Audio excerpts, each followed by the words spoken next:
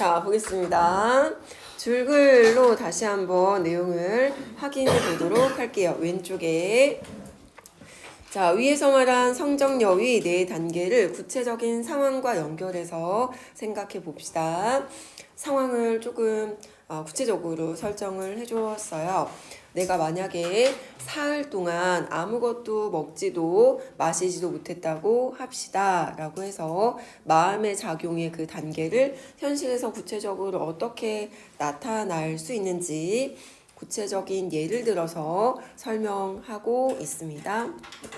먹지도 못하고 마시지도 못했는데 그게 3일 동안이나 일어난 일이야. 그래서 생리적인 욕구가 지금 아주 강할 수 있는 상황이다 라는 겁니다. 너무 배가 고파서 지금 뭐든 먹고 싶어 이런 생각을 할 수 있는 상황인데, 그러면 인간의 가장 기본적인 자연스러운 본성은 끊임없이 먹고 마시고 싶다는 방향으로 움직일 것입니다. 그 충족을 하고 싶은 상태일 것입니다. 너무나도 자연스러운 생리적인 현상, 욕구, 감각적인 욕구입니다.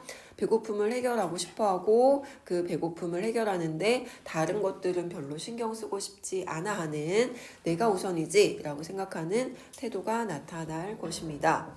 그런데 그때 여기까지가 이제 본성입니다. 끊어줘야 돼. 지금 여기서부터 여기까지는 성 단계라고 할 수 있습니다. 본성이 나타나는 상황이다. 본성, 악한, 이기적인 그 모습이 나타날 수 있는 단계다. 이기적인 본성, 악한 본성, 그죠? 자, 성. 그런데 그때 떡과 음료수를 본다면, 외부의 상황과 만나게 된다면, 사물이 주어진다면 상황과 만나서 어떤 기분을 느끼게 될 것입니다. 기분, 감정, 정의 단계로 나아갈 것입니다. 입에 침이 고이면서 반응을 하게 되겠죠. 떡을 먹을 수 있다면 얼마나 좋을까 감정. 저 음료수를 마실 수 있다면 얼마나 좋을까 하는 감정이 일어날 것입니다. 이게 이제 정 단계예요. 그리고 내가 당연히 먹을 자격이 있는데 누군가가 부당하게 먹지 못하게 한다면 화가 날 수도 있어. 이것도 감정이네요. 좋다, 좋다 이런 감정도 나타날 수 있지만 어떤 외부의 상황에 따라 그것이 어떻게 이제 누군가에게 만나는 상황으로 작용하느냐에 따라 노여움의 감정을 느낄 수도 있다. 슬픈 감정을 느낄 수도 있습니다. 그래서 감정의 형태는 또 다양할 수 있겠다. 기분이 좋다, 슬프다, 화가 난다, 뭐 이런 것들 나타날 수 있습니다. 또 내게 먹을 차례가 돌아오면 너무 기쁘다, 즐겁다, 반갑다 하는 감정이 생길 것입니다. 요게 정 단계, 두 번째 단계입니다. 그렇지만 인간의 본성과 감정대로만 움직이지는 않습니다. 만약에 이렇게 기쁜 감정으로 잔뜩 먹어버리면 이제 본성을 따르는 건데, 그런데 어떤 상황이 주어져가지고 고민해야만 하는, 선택을 해야 되는 상황이 주어지는 경우에 곁에 자기보다 더 불쌍한 어린아이나 노인이 있다면 고민에 빠질 것입니다. 내적 갈등, 생각을 하게 됩니다. 사고의 작용이 나타나게 될 것입니다. 여의 단계에 깊이 생각하다를 우리가 숙려 이런 단어도 쓰는데, 여가 생각하다 이런 단어입니다. 고민하게 될 것입니다. 이런 고민의 결과가 여러 가지로 나올 수 있는데 자기 혼자 다 먹어버릴 수도 있고, 불쌍한 어린아이나 노인과 나누어 먹거나 그들에게 다 주어버릴 수도 있습니다. 그래서 여의 단계는 선택하는 단계, 고민하는 단계에 본성을 따를 것이냐, 그러면 잔뜩 혼자 먹는 거 극복할 것인가, 그러면 다 주워버리거나 또는 나누어 먹는 그런 선택을 하는 경우는 본성을 극복하는 그런 선택이라 할 수 있겠다. 사실은 혼자서 다 먹어버리거나 주인이 오지 않으면 그냥 먹고 그냥 그 자리를 피하면 본성에 충실한 행동을 한 것이다 라고 볼 수 있습니다. 여기까지가 이제 려의 단계다. 선택의 상황, 고민에 빠지는 사고의 작용이 나타나는 단계가 여의 단계다 이렇게 볼 수 있고요. 그러나 여기에서 이제 약간 엇갈릴 수도 있을 것 같은데 순자는 이렇게 얘기를 했대요. 대부분은 그렇게 어떻게 이렇게 혼자 다 먹거나 먹고서 도망치거나 본성에 충실한 행동 그런 행동을 하지 않습니다라고 보았어요. 그렇게 이기적인 본성을 따르는 악한 본성을 따르는 행동으로 나아가지 않습니다라고 보고 그렇게 악한 본성, 이기적인 행동 하지 않고 악한 본성을 거스르는 극복하는 선한 행동을 하는 쪽으로 나아갑니다. 오히려 자기 본성의 욕구와 반대 방향 거스르는 쪽으로 행동을 선택하고 즉 선한 행동을 하는 것으로 선택을 하고 그 행동이 힘든 경우가 많겠죠. 왜냐하면 본성을 거스르는 거니까 본성을 따르는 게 가장 편하고 나에게 좋다라는 걸 알기 때문에 그걸 거스르는 행동을 하는 게 쉽지 않아서 좀 그걸 포기하거나 다시 본성을 따르고 싶기도 할 텐데 그렇지 않고 굳센 의지로 본성을 억누르면서 참아내기도 합니다. 여기가 이제 중요한 순자의 포인트라고 할 수 있겠네. 선한 행동을 할 수 있는 이유는 굳센 의지로 악한 본성을 억누르고 참아내기 때문에 극복하기 때문에 가능한 것이다 해서 위 단계에서 이게 이제 중요하겠다. 여기 위 단계인데 악한 본성 극복, 실천 의지가 나타나는 단계. 여기가 가장 중요하다. 순자가 본성을 악하게 보았다 하더라도 끝까지 악한 행동만을 하는 인간으로 보는 것은 아니다. 이렇게 참는 작용, 이렇게 극복하는 작용이 순자가 마음의 네 번째 단계 작용으로 파악한 위 단계라고 할 수 있습니다. 성정역 위를 꼭 기억해야겠다. 순자는 본성대로 가면 악이고 본성을 거스르는 의지적인 실천대로 가면 선이기 때문에 본성은 악하고 결과는 위는 가장 마지막 단계는 선이라고 보았습니다. 성위라고 보았습니다. 성은 악이고 위는 선이다 라고 보았습니다. 중간과정 정과 여의 단계를 거쳐서 위로 나아간다. 순자가 인간의 본성을 악하다라고 보았다고 해서 본성대로 살자고 한 것은 아닙니다. 여기에 초점이 맞춰진 건 아닙니다. 그에게는 의지적인 실천을 통해서 본성이 가져올 악한 결과를 어떻게 변화시켜 나갈 것인가 이것을 중요하게 생각했습니다. 의지적인 실천을 통해 본성이 가져올 악한 결과 변화시켜 나아갈 것인가 이게 중요하다. 의지적인 실천을 통해 본성이 가져올 악한 나쁜 결과를 이 의지를 가지고 어떻게 변화시켜 나갈까 극복해 나갈까 이것을 중요하게 보았다. 따라서 순자의 철학은 위에 그 가치가 있다. 위가 가장 중요하다. 여기에 이제 초점을 맞춰져 있다. 그런 점에서 순자의 철학은 의지에 기초한 실천 철학이라고 할 수 있습니다. 의지에 기초한 실천 철학이라고 할 수 있습니다. 의지, 실천. 그죠? 중요하다. 자, 여기까지가 이제 순자 중심이었고 마지막 페이지에서는 맹자와의 비교가 나타나요. 맹자와 순자 공통점과 차이점 보도록 하겠습니다. 순자는 인간의 본성을 착하다라고 순자는 인간의 본성은 착하다라고 한 맹자의 주장과 좀 다른 점이 있다. 순자는 인간의 본성을 착하다고 한 맹자의 주장은 본성을 제대로 알지 못한 것이라고 하면서 비판합니다. 그러니까 이 내용은 맹자의 성선설 그대로를 제시한 내용이라기보다는 순자가 비판한 맹자의 견해 이렇게 봐야 돼. 순자는 맹자의 견해에 대해서 이것이 문제 있다라고 비판했어요. 요거를 설명해 주는 내용이에요. 맹자 스스로가 이제 제시한 성선설이 아니라 순자가 비판한 맹자의 성선설의 문제점 이렇게 봐야 돼요. 순자의 관점에서 보는 겁니다. 순자는 인간의 본성을 맹자는 착하다라고 보았는데 그것은 본성을 제대로 파악하지 못한 거야 라고 하면서 비판, 지적했대요. 사람의 타고난 본성과 후천적인 의지에 따른 노력을 구분하지 못한 것이다 라고 지적했습니다. 순자는 자기는 본성은 이러이러하지만 나중에 노력과 의지에 따라 이런 선한 행동을 할 수 있는 거야 라고 좀 쪼갰잖아요. 자기의 관점에서 보니까 순자가 자신의 관점에서 봤더니 맹자는 그걸 따로 얘기하지 않았네. 이거 그 인간의 본성과 그리고 진짜 나중에 그 어떤 경험에 의해서 나아가는 그 결과를 따로 잘 파악하지 못한 관점이구나 라고 지적을 했다는 겁니다.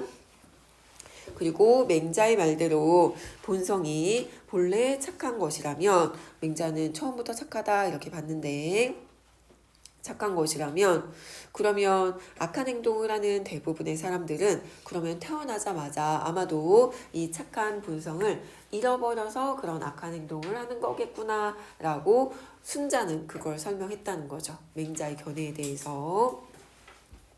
현실의 인간은 대부분 태어나면서부터 바로 자신의 착한 본성을 잃어버리게 되는 거다라고 자신의 관점 적용해서 맹자의 관점을 비판했습니다. 순자의 성악설, 인간의 본성은 모두 악하다라고 보았고 하지만 모두 본성을 이겨낼 수 있는 실천 의지가 있다라고 보았고 이에 대해 이제 순자는 맹자의 성선설을 향해 이렇게 비판했다.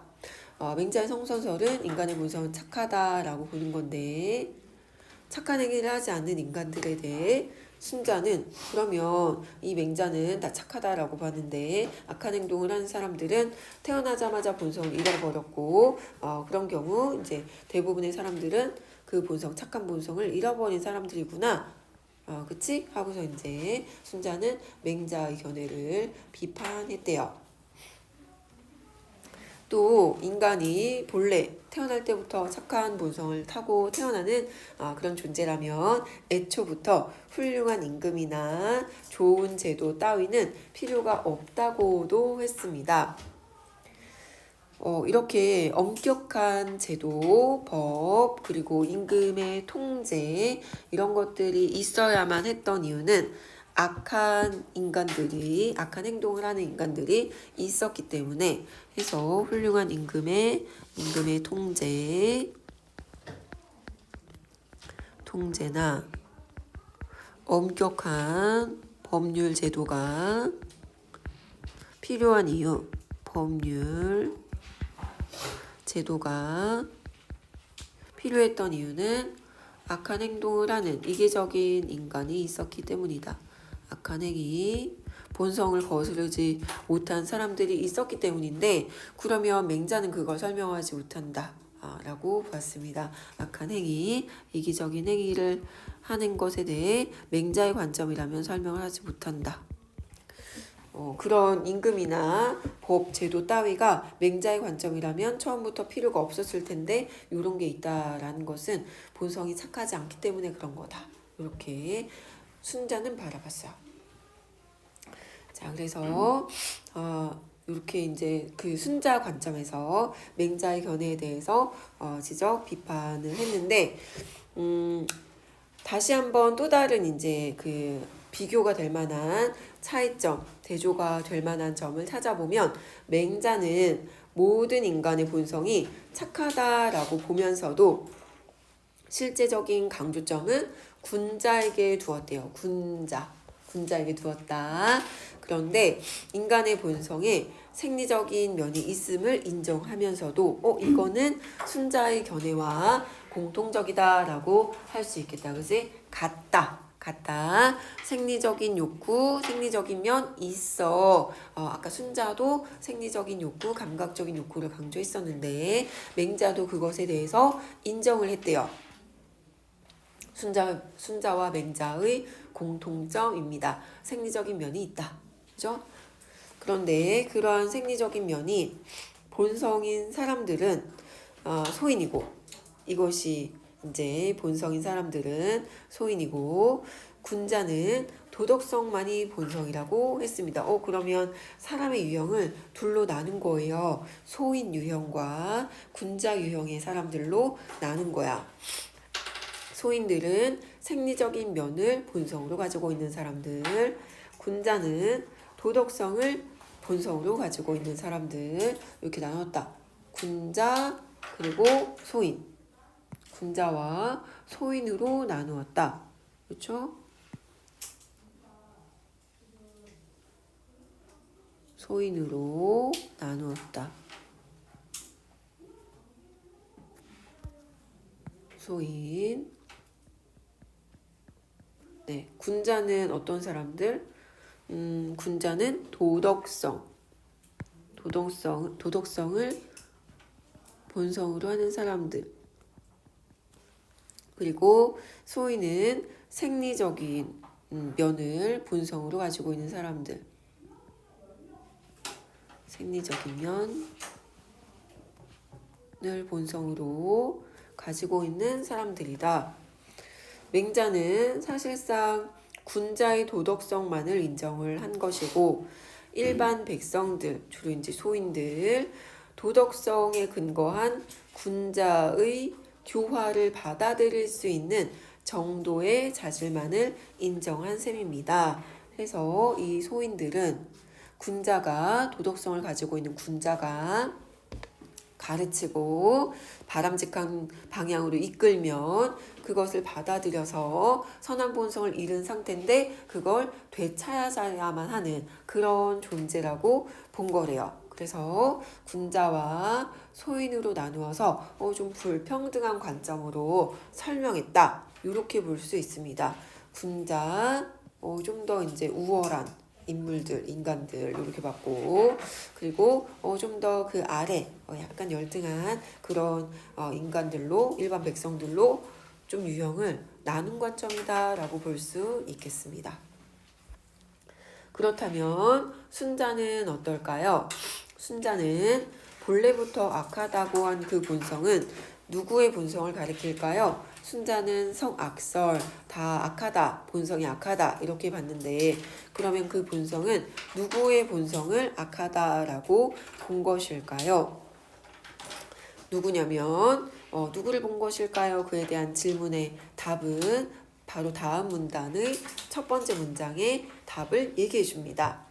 순자는 어떤 사람인가를 구분하지 않고 누구나 모든 사람의 본성은 악하다라고 보았습니다. 그러니까 본래부터 악하다고 한 그 본성은 누구의 본성이냐면 모든 사람의 본성이라고 할 수 있어요. 모든 사람의 본성이 악하다라고 보았습니다. 가장 훌륭한 사람의 표본이었던 요순의 본성과 가장 훌륭한 사람의 표본이었던 요임금과 순임금의 본성, 요임금과 순임금의 본성은 달랐나요? 착했나요? 훌륭한 임금이니까 본성도 착했다. 이렇게 보지 않았다는 겁니다. 순자는 모든 인간의 본성은 악하다라고 봤어요. 비록 나중에 이제 아주 그 위의 단계까지 잘 나아가서 나중에는 선한 행동을 한 훌륭한 임금이 되었지만 이들도 본성은 역시 나빴다, 악했다 이렇게 보는 거죠. 요순 임금의 본성이나 가장 악한 사람의 표본이라 할 수 있는 거림금과 도척의 본성도 악하다라고 보았다. 그치 동민아? 다 악하다라고 보았습니다. 요순 악하다. 거림금, 도척 아주 유명한 도둑의 대명사를 할 수 있는 도척도 본성이 악했다. 모두 악했다. 그런데 그 차이는 어디에서 생겼다라고 보냐면 요임금과 순임금은 그 악한 본성을 잘 이겨낸 사람, 실천 의지로 극복한 사람들 이렇게 볼 수 있고, 위의 단계에서 거림금과 도척은 본성이 악하고 그리고 그 본성을, 악한 본성을 극복하지 못하고 이기적인 그런 본성을 따르는 삶을 살았기 때문에 나중에도 악한 행동을 한 것이다. 이렇게 본 거죠. 처음 출발은 같지만 마지막이 달랐던 이유는 극복의지의 유무로 설명했다. 그죠? 그러면 모든 사람이 다 악한 본성을 똑같이 가지고 있다라고 봤으니까 좀 평등한 관점 이렇게 이제 평가할 수 있겠고, 상대적으로 맹자는 군자와 소인을 구별해가지고 한쪽에서 또 다른 누군가를 이렇게 막 가르쳐야 된다, 가르침 받아야 된다 이렇게 봤으니까 좀 불평등한 관점이다. 이렇게도 둘의 차이점을 얘기할 수 있겠네요. 그죠? 그래서 순자의 성악설은 좀 평등한 관점, 맹자의 성선설은 어찌 보면 순자 관점에서 본다면 좀 불평등한 신분제를 인정하는, 그것을 뭔가 지지해주는 듯한 견해라고 볼 수 있겠다. 그죠? 그치, 서연아? 네.